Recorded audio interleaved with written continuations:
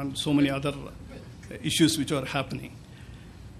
I was thankful because OSU protected me from all these deviations, and I focused on studying and got my degree pretty fast. So,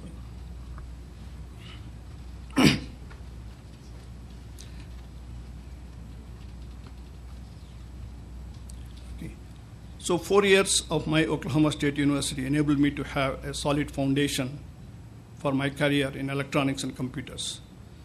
Though I had several offers to work from US firms, I decided to return to India to venture into a largely uncharted realm of technology and electronics.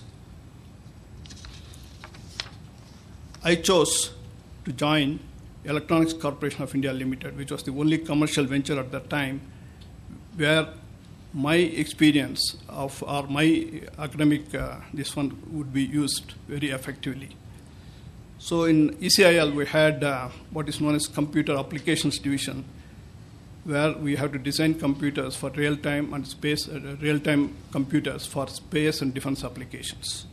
And in fact, Kalam was one of our customers at that time, and he was a pretty tough customer, but a very nice customer to have. Around that time, the advent of 16-bit microprocessors happened at Intel. And I was becoming restless because at ECIL, we felt that microprocessor is a toy because in ECIL we were manufacturing mini computers. So we failed to see the onset of microprocessor technology. So I joined as a first employee what was then known as Western India Vegetable Products, which later became Wipro, and got into computer business. I was a chief technology officer, but again with a difference, as with some commercial bent of mind. I combined my knowledge of technology and business fundamentals, which I learned from my family business. A career that lasted for 20 years at Wipro has made me to be more entrepreneurial within the corporation, unlike a typical technology person who worries only about technology. I was responsible for starting about at least 10 different business units within Wipro. Many of them have succeeded. In addition to what Purnima has said, I started Interop division because one customer felt I was unhappy with Wipro because we want to do only development, not do Interop. Cisco was quite unhappy with us. Then we looked at him. I say, if Cisco has a problem, it's an opportunity for us. So then I checked up with Alcatel. I checked up with Lucent. Everybody had a problem. So we started Interop division, and today it's a $400 million business within Wipro with the highest margins. And we also got Award of Excellence in Electronics from the Government of India since its inception for 5 years continuously for global R&D.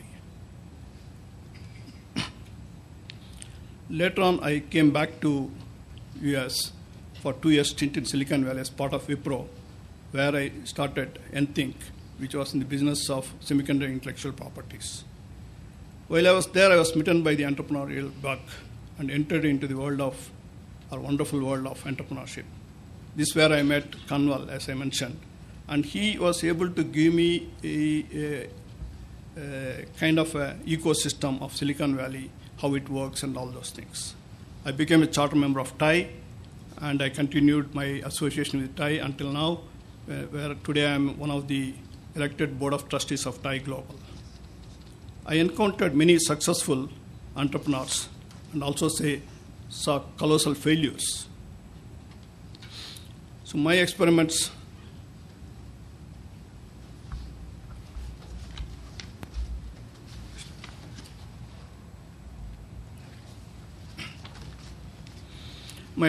with Nthink, TIE, E4E has proven me one fact. Entrepreneurship is the only way to create wealth with limited resources in an ethical fashion. 2 years ago, I turned 60 years. And when I look back, there was a satisfaction that my dream of becoming an electronics and computer engineer has been fulfilled. At the same time, I also felt a void in me. Though I was considered a successful electronics and computer engineer and recognized for my contribution by peers, I felt that I was not passing my own test of success and fulfillment of my duties. I felt that it was time for me to give something back to the society. However, I am not a great fan of donations of money, though I recognize that certain sectors do indeed need support. I strongly feel that I could help some sections of society by using my experience and knowledge and networks. With that in mind, I started a company last year called Next Wealth Entrepreneurs with a simple premise: social uplift through entrepreneurship. At this new venture, we combine commercial entrepreneurship with social intent and hope to find a golden mean between profit and social benefit. So initially, we did 2 small projects. One of them is at Vellore. It is a blood bank. We had taken a NGO which was having problems of growth and problems of funds. What we did was to help them grow 10 times bigger and become financially viable, and also use technology to provide better services to this particular blood bank called Masonic Blood Bank. The other photo you see is a Vindhya Infotech, which is completely manned by handicapped people, both physically and visually handicapped people. And we are using them in IT projects. But most important thing, currently what Next Wealth is doing is to create 10,000 jobs for rural graduates in rural area so that they don't have to migrate to cities. And they get decent salaries, which is on a impact-wise more than city salaries. At the same time, the clients who use these resources should get benefit better than 50%. And overall, the enterprise is profitable. So this business model has been working now. So we currently have 3 centers, one near Mallasamudram, which is close to Salem. Second one is in Elagiri. Third one is actually in Bangalore, using rural graduates in Vindhya, I said. And we hope to set up a few more centers in Hubli, Chittoor, Manjakkudi, and Erode.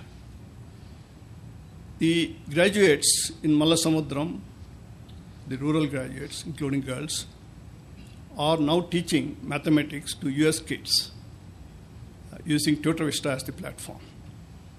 It is nice to imagine a girl from Mallasamudram, rural India, is teaching a boy from Boston in mathematics. So now the program is doing so well that Tutor Vista wanted to double the capacity at Mallasamudram and set up a new center in Hubli for college-level graduates. So we feel that we could prove this business model and make it scalable. And once we reach the target of 10,000, probably others can take it to 100,000 or million and so on. In India, we don't publicly acknowledge contributions of our spouses. Let me once again defy the tradition and acknowledge that whatever I have accomplished in my career so far and hope to do in my second innings is due to the unflinching support of my wife, Sundari, who is sitting here. I thank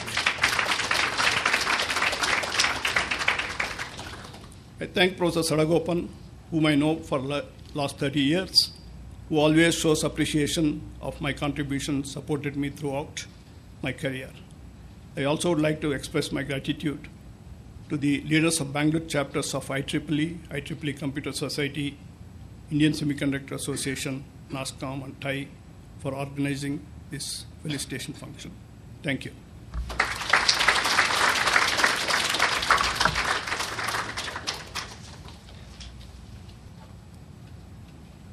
Thank you, sir, for your most inspiring session. I request Ms. Purnima Shenoy to hand over the memento to Dr. Mitta.